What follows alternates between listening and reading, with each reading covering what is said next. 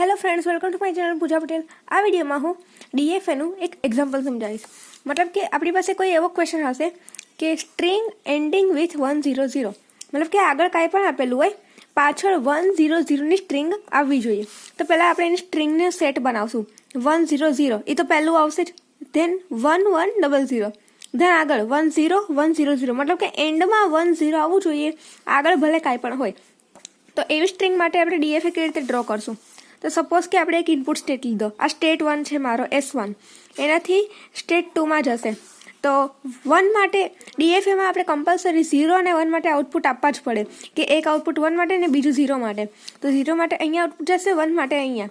Than 100 હતું અહીંયા સ્ટાર્ટિંગમાં, એટલે એ અહીંયા આ 0 અને 0 અહીંયા આવી જશે આપણું ફાઇનલ સ્ટેટ. ફાઇનલ સ્ટેટ છે એને આપણે ડબલ સર્કલથી શો કરશું. ધેન અગર અહીંયા 1 આવશે તો આ સેલ્ફ સ્ટેટ પર જશે અને 0 આવશે તો આગળ વધશે. અહીંયા 1 આવશે તો S5માં જશે, 0 આવશે તો અહીંયા S3 પર રિટર્ન આવશે. અહીંયા 1 આવશે તો S2માં જશે અને S0 માટે એ જશે S3 ઉપર. અને અહીંયા અગર 0 આવશે તો જશે એ S5 ઉપર.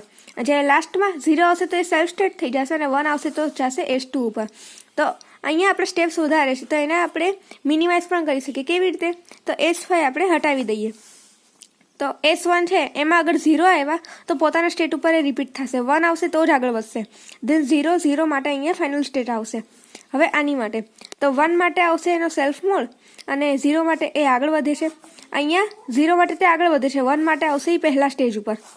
અને S4 છે એ 1 માટે આવશે બીજા સ્ટેજ ઉપર અને 0 માટે સેલ્ફ સ્ટેટ. તો આ હતો DFA સ્ટ્રિંગ્સ એન્ડ વિથ 100.